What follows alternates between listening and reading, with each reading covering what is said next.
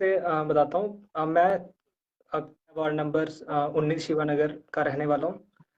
और मेरी starting schooling nursery से लेके फर्स्ट क्लास तक वो किड्स हेवन स्कूल से हुई। फिर उसके बाद मैंने सेंट जेवियर कॉन्वेंट स्कूल से अपनी पढ़ाई की, सेकंड से लेके 12th तक। और 12th मैंने कंप्लीट की 2015 में। और 12th करने के बाद मैंने जेडब्ल्यू मेंस क्वालिफाई किया और मुझे एनआईटी श्रीनगर में बीटेक करने का मौका मिला। और मैंने बीटेक मैकेनिकल इंजीनियरिंग में की। और बीटेक करने के दौरान मैंने फाइनल ईयर में गेट की तैयारी की, मैकेनिकल इंजीनियरिंग में जी।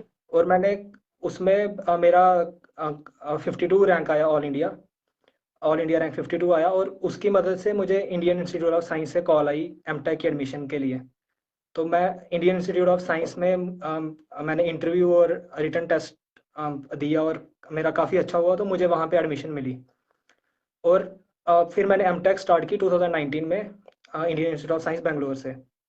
और उसी दौरान करते करते जब मेरा सेकेंड सेमेस्टर चल रहा था, तो मैंने इसरो का रिटन एग्ज़ाम होता है, आईसीआरबी कंडक्ट करता है, तो वो मैंने एग्ज़ाम दिया जनवरी 2020 में। फिर कोविड की वजह से वो काफ़ी उसका डिले होता होता, तो उसका इंटरव्यू हुआ अप्रैल 2021 में, जिसका रिजल्ट अभी 4-5 दिन पहले ही आया। और इसका मैं आपको प्रोसेस बता देता हूँ। इस एग्ज़ाम का, इस एग्ज़ाम में रिटन एग्ज़ाम होगा, और रिटन एग्ज़ाम सिर्फ क्वालिफाइंग एग्ज़ाम रहता है कि आपको सिर्फ क्वालिफाई करना है, और फिर आपको इंटरव्यू के लिए कॉल आएगी। और इंटरव्यू के लिए वो जनरली अगर एक सीट है तो 10 को बुलाएंगे या 8 को बुलाते हैं इंटरव्यू के लिए। और इंटरव्यू में आपको जाना पड़ता है वहाँ पे, साइंटिस्ट, 8-10 साइंटिस्ट आपका इंटरव्यू लेंगे, आपके फंडामेंटल्स, आपके कॉन्सेप्ट्स चेक करेंगे। फिर ही आपकी जाके सिलेक्शन होगी। और सिलेक्शन में सिर्फ इंटरव्यू की ही वेटेज रहती है इसमें। और जहाँ तक मेरी जर्नी की बात है, तो मैंने जब मैं काफ़ी मतलब 11th-12th में था, तो उस टाइम मैंने सोचा था कि मुझे कुछ साइंस में मेरी काफ़ी रुचि थी, साइंस और मैथ्स में। तो मेरा था इंटरेस्ट कि मुझे कुछ इस फील्ड में करना है, कि कुछ साइंटिस्ट बनना है, कुछ ऐसा मेरा था हमेशा से लक्ष्य। तो साइंस, और मेरा मेरा अपने देश के प्रति भी काफ़ी मतलब मेरा काफ़ी प्रेम है कि मैं देश के लिए कुछ करूं। तो मुझे फिर जब मैं आईएससी, मैं पहले सोचता था कि इसरो हो गया, डीआरडीओ, इन तरह की ऑर्गेनाइजेशन में मुझे काम करना है, जब मैं बीटेक कर रहा था। और फिर मुझे जब आईएससी आया, वहाँ पे कुछ इसरो के साइंटिस्ट हमारे साथ एमटेक कर रहे थे, और कुछ पीएचडी करते हैं वहाँ पे। काफ़ी कोलैबोरेटिव प्रोजेक्ट्स चलते हैं आईआईसी और इसरो के बीच में।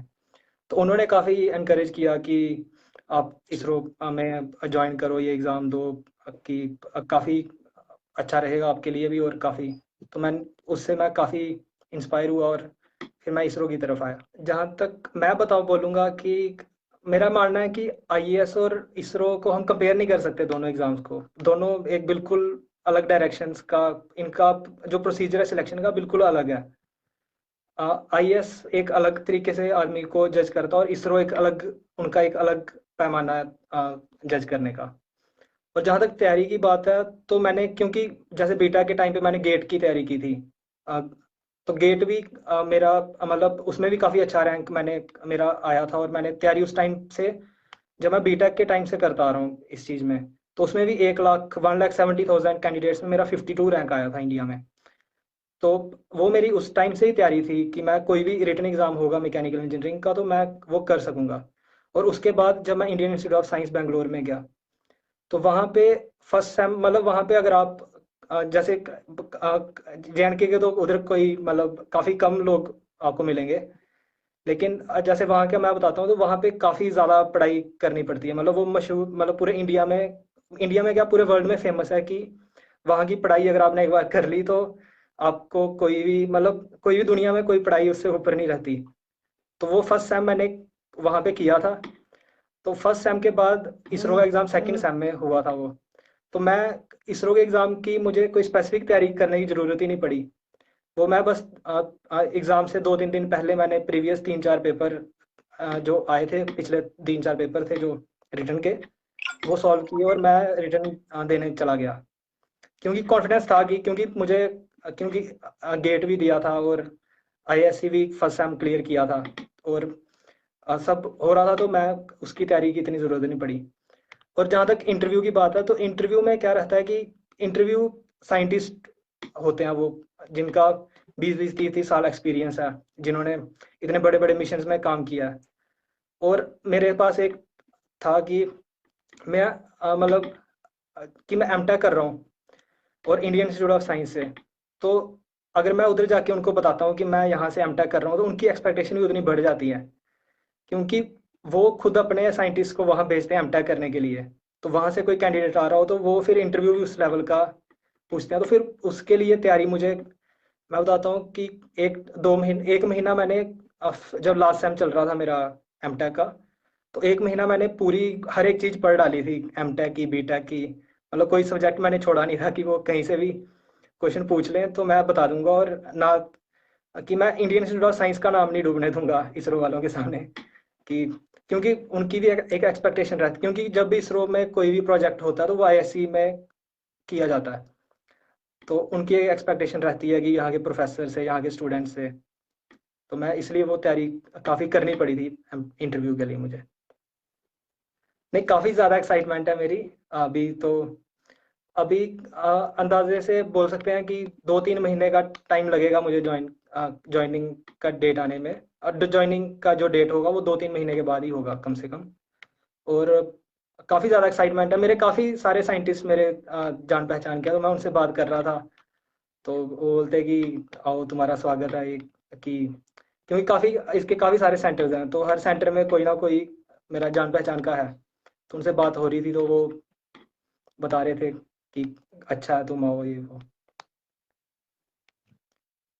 आ, मैंने स्पेसिफिक, मतलब ऐसे तो मैंने कोई मेरा सोचा नहीं था कि इसरो में ही जाऊंगा, मतलब ये था मेरा कि मैं कुछ साइंस में करूंगा, कुछ मतलब कुछ अच्छा करूंगा, इतना मेरा तो था कि या तो डीआरडीओ, इसरो हो गया, या फिर कुछ पीएचडी करूंगा कोई अच्छी सी, और फिर वापस इंडिया में आके कुछ अच्छा काम करूंगा।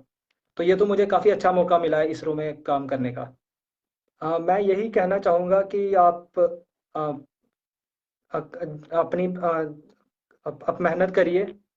आप सबसे पहले आप प्लान अपने आप को, मैंने कल भी बताया वो किया था कि सबसे पहले आप इंट्रोस्पेक्ट कि अपने आप को पहचानिए कि आप क्या आपको अच्छा लगता है, क्या आप कर सकते हैं। जैसे किसी को मेडिकल अच्छा लगता है, किसी को साइंस अच्छी लगती है, कि कोई आदमी कोई मिलिट्री वाली साइड जिस किसी की रुचि होगी, किसी की खेल कूद की साइड रुचि रहेगी। तो वो सबसे पहली चीज़ वो ज़रूरी है कि आपको क्या करना है, वो सबसे क्लैरिटी रहनी चाहिए दिमाग में। फिर उसके बाद नेक्स्ट स्टेप आता है कि आप उस चीज़ में आप कहाँ तक अपने अपने आप को चाहते हैं कि आप पहुँचेंगे। वो एक गोल सेट करिए कि मुझे इस लेवल तक पहुँचना है, तो वो एक गोल सेट कर लीजिए। वो गोल ऐसा भी नहीं रहना चाहिए कि कम गोल हो, गोल हमेशा अपनी अपनी पहुँच से ऊपर रखना चाहिए, कि मैं अगर कुछ 4 कदम चल सकता हूँ, आप रखो मैं 8 कदम का गोल रखता हूँ, 4 5 6 आप पहुँच ही जाओगे, ऐसा आपको करना चाहिए हमेशा। और गोल सेट करने के बाद फिर आप एक प्लान बनाइए कि किस तरह से आपको उसके लिए बढ़ना है। आप मेहनत करिए, स्मार्ट वर्क बड़ा ज़रूरी है, हार्ड वर्क जब जहाँ पे हार्ड वर्क की ज़रूरत पड़ेगी हार्ड वर्क करिए। स्मार्ट वर्क भी करना पड़ता है काफ़ी बार, क्योंकि आप आजकल दुनिया काफ़ी फास्ट चल रही है, और इसमें आप सिर्फ हार्ड वर्क करेंगे एक गलत डायरेक्शन में, तो उसका भी इतना बेनिफिट नहीं मिलेगा आपको। मतलब फाइनली आपको मिलेगा बेनिफिट, लेकिन आपको अगर जल्दी बेनिफिट चाहिए तो आपको स्मार्ट वर्क के साथ हार्ड वर्क दोनों को मिक्स करके चलना पड़ेगा। और वो सब डिपेंड करेगा आपका गोल सेट करके, ये सब आपको स्टार्टिंग में करना पड़ेगा। और रही बात फिर नशे वगैरह, इन चीज़ों से आप दूर रहिए। डिस्ट्रैक्शन जैसे आजकल मैं देख रहा हूँ बच्चे फ़ोन पे गेम्स वगैरह, ये सब बड़े, मतलब मैं नशा ही समझता हूँ इन चीज़ों को। तो आप जितना हो सके इनसे दूर रहिए। जो फ़ोन फ़ोन पे गेम्स चल रही हैं, हो सके तो फ़ोन को फेंक दीजिए। या मतलब जैसे मैं बताता जी। हूँ, जैसे मैंने गेट की तैयारी की थी, तो मैंने अपना फ़ोन 1 महीने के लिए मेरा फ़ोन खराब हुआ था। वो गलती से खराब हो गया, मैंने ठीक ही नहीं किया वो फ़ोन, कि पूरी डिस्ट्रैक्शन मैं ख़त्म कर दूंगा और एक जगह पे फोकस करके मैं तैयारी करूंगा। तो मैं जब गेट का एग्ज़ाम हुआ तो मैंने फ़ोन अपना ठीक करवाया था, क्योंकि फ़ोन से भी आप रोज़ अगर आप काउंट करोगे तो आप 1 घंटा कम से कम भी आप 1-2 घंटा वेस्ट करोगे। तो जब भी आपका कुछ ऐसा गोल रहता है तो आप जितनी डिस्ट्रैक्शन होती है आपकी, टीवी, मतलब जिसमें आप सोच सकते हो कि जिसमें आपका टाइम वेस्ट ज़्यादा हो रहा है, तो उसको आप कोशिश करिए कि कम से कम करें। लेकिन फ्रस्ट्रेट भी होना चाहिए, मत होइए कि आप कि बिल्कुल ही फ़ोन बंद हो गया, या बिल्कुल ऐसा भी मत करिए। मतलब एक बैलेंस बना के चलना चाहिए हमें, कि हमें फ्रस्ट्रेशन की तरफ भी नहीं जाना है और डिस्ट्रैक्शन की तरफ भी नहीं जाना है। बस एक बीच में एक अ, रास्ते पे चलना है, ताकि हम अपना जो गोल सेट किया है वहाँ पे हम जल्दी से जल्दी पहुँच पाएँ। मेरा मतलब मैं बता रहा हूँ आपको कि मेरा मैं सब चीज़ कर मतलब विश्वास रखता हूँ कि हमें सब करना चाहिए, लेकिन एक बैलेंस में। कि जैसे अगर मेरा तो था कि हर जब मैं आईएससी में पढ़ रहा था तो हर वीकेंड मूवीज़, फिर जब कॉलेज में तो मेरा म्यूज़िक सुनने का तो मेरा ऐसा है कि मैं डेली म्यूज़िक सुनता ही हूँ, कुछ ना कुछ। तो वो मेरा रहता है हमेशा। मूवीज़ में जब भी मेरा कोई टारगेट अचीव करता हूँ मैं, मतलब मेरा ये रहता है कि जब कोई टारगेट अचीव करो, मेरा मेरा क्या, मैं सभी को एडवाइस करना चाहूँगा कि जब आप कोई टारगेट अचीव करो, जैसे छोटे छोटे टारगेट्स बनाओ कोई गोल को पहुंचने के लिए। तो छोटा छोटा टारगेट के बाद आप अपने आप को एक रिवार्ड दो कि मैं इसने के बाद एक मूवी देखूंगा। तो इस सेंस में अगर आप चलोगे तो ये आपके लिए भी बेनिफिट रहेगा, और आप फ्रस्ट्रेशन की तरफ भी नहीं जाओगे, और आप अपने गोल की तरफ भी बढ़ते रहोगे। और एक्स्ट्रा करिकुलर एक्टिविटीज़, मैं क्रिकेट खेलता हूँ कभी कभी, मतलब टाइम जब भी मिलता है। मैं यही कहना चाहूँगा कि आप अपने जितने भी पेरेंट्स अब इस वीडियो को देख रहे हैं, कि अपने बच्चों को आप फोर्स मत करिए कि किसी चीज़ के लिए, कि क्योंकि पेरेंट्स का अलग एक नज़रिया विजन रहती है, बच्चों का एक अलग शौक रहेगा हर एक चीज़ के लिए। तो पहली तो यह है कि आप बच्चों को फोर्स मत करिए। दूसरा है कि आप कंपैरिजन मत करिए कभी भी, कि एक बच्चा अगर ज़्यादा अच्छा कर रहा है परफॉर्म, दूसरा अगर आपका नहीं कर रहा है, तो आप अपने बच्चे को मत छोटा समझिए, क्योंकि हर किसी का एक अलग अलग टैलेंट रहता है। कोई आदमी किसी का कोई बच्चा खेल में काफ़ी अच्छा होगा, कोई बच्चा पढ़ाई में अच्छा होगा। पढ़ाई में भी इतने सारे सब्जेक्ट्स हैं, कोई बच्चा सोशल साइंस में अच्छा होगा, कोई बच्चा मैथ्स में अच्छा होगा। तो आप कभी भी दो बच्चों को कंपेयर करना, तो कंपेयर मत कीजिए, क्योंकि वो एक बच्चों में फ्रस्ट्रेशन बढ़ाएगा, और एक आप में भी फ्रस्ट्रेशन वो लाएगा, कि एक वो एक नेगेटिविटी लाएगा। और दूसरी चीज मैं ये बोलना चाहूँगा कि जितना हो सके आप बच्चों को सपोर्ट करिए, उनको, क्योंकि बच्चों को इतना एक जब एक बच्चों को इतना भी पता नहीं रहता कि मुझे क्या करना है, लेकिन पेरेंट्स को ये समझना चाहिए। एक पेरेंट्स को और टीचर्स को, मैं स्कूल के टीचर्स को भी बोलना चाहूँगा कि आप सब समझिए कि कोई भी जो बच्चा आपसे जो पढ़ रहा है, उसके टैलेंट को पहचानिए कि वो क्या चीज़ अचीव कर सकता है, कि उसकी एक टैलेंट को पहचानना एक बड़ा ज़रूरी है। अगर एक बार वो समझ में आ गया कि ये बच्चा ये चीज़ कर सकता है, फिर हम अगर उसको उस डायरेक्शन में लगा दें तो वो काफ़ी आगे तक पहुँचेगा।